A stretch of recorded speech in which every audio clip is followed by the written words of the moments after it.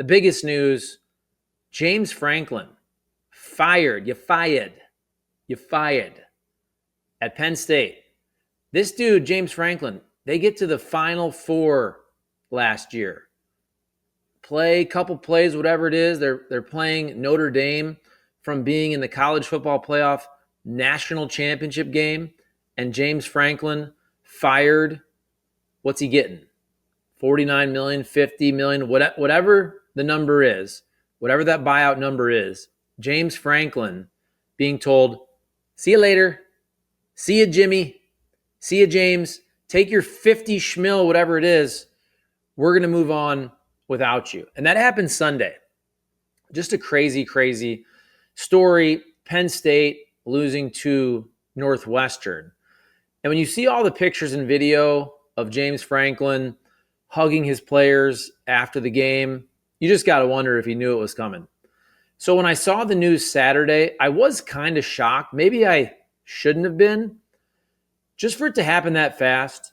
And I always wonder too, like, how are those calls made?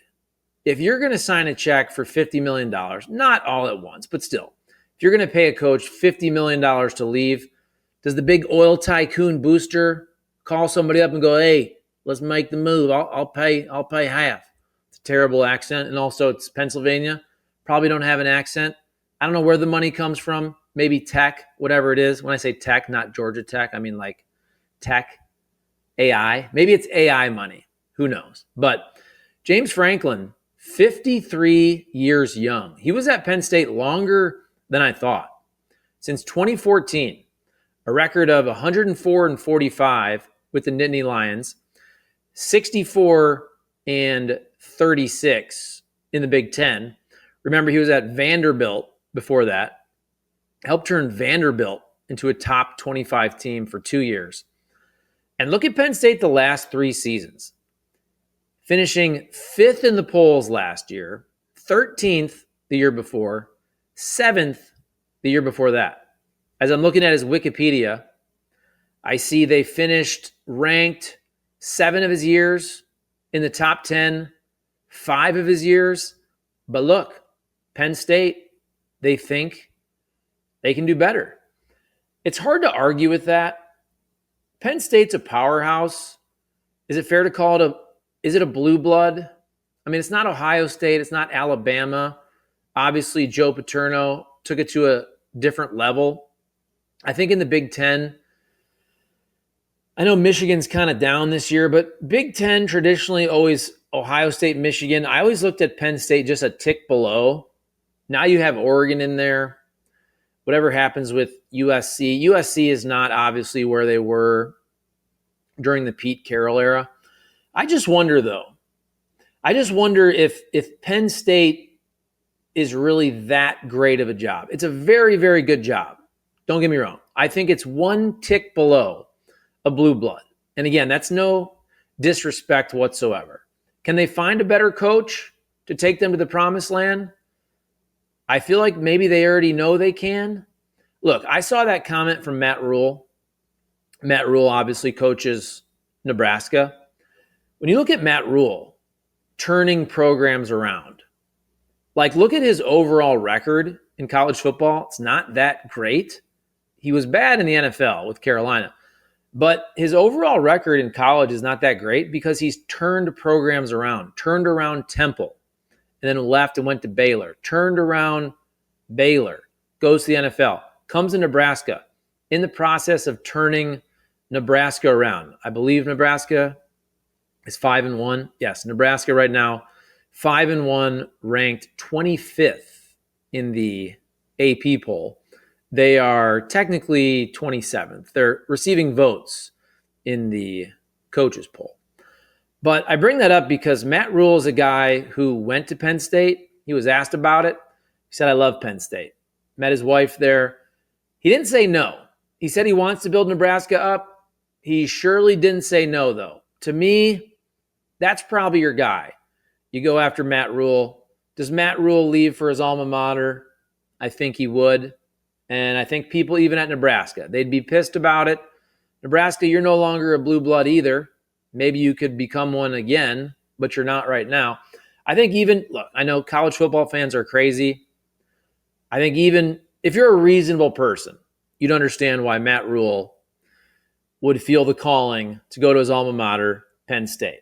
There's probably very few jobs Matt Rule leaves Nebraska for. Penn State is most likely one of them. We'll see what happens there. James Franklin, you know all the numbers, could never win the big one. Terrible record versus top 5, top 10, top 25, whatever it is.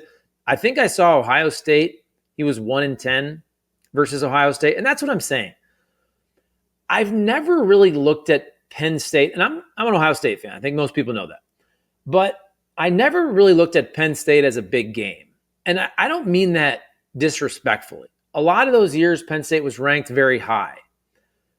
Just as an Ohio State fan, you're judged by Michigan and national championships. That's just the way it is. Now, in some years, you have schools come in. Penn State's really good. I mean, look at Indiana. We're going to talk about Indiana. Obviously, the Big Ten is bigger now. You have Oregon and all that. We'll get to it. But I can't be really mad at Penn State. They probably said, look, we were number 2 in the country. We thought it was our year. They play a close game versus Oregon. But then they go and they lose 2 more. You lose against Northwestern. Is this the guy that can ever take us over the hump, over the mountaintop? And I think it's fair to say that after whatever it is, 11, 12 seasons, Penn State said, you know what, James, nothing personal. You're not the guy. We need someone else. You've taken us very far. You've taken us to the Final Four, top 10, whatever it is. We need to hire the guy that can take us to the college football playoff national championship game and win the national championship. So, yeah, Penn State, they were 3-0. They lose to Oregon in double OT. Think about that. 3 weeks ago, they're number 2, number 3 in the country, whatever it is. Oregon, double OT in front of 111,000 people. Then you lose at UCLA, 42-37. You lose to frickin' Northwestern at home. And see you later. Take your $50 million. Nice to know you. They got Iowa. They got Ohio State at Ohio State coming up here in a couple of 2-3 weeks. So there you go. Penn State, though, 3 losses. You're not going to make the college football playoff. The season is essentially over. Moving on to who you're going to hire as your head coach. Matt Rule, I think, is going to be the guy. Curt Cignetti, if you're Curt Cignetti, why would you leave Indiana at this point?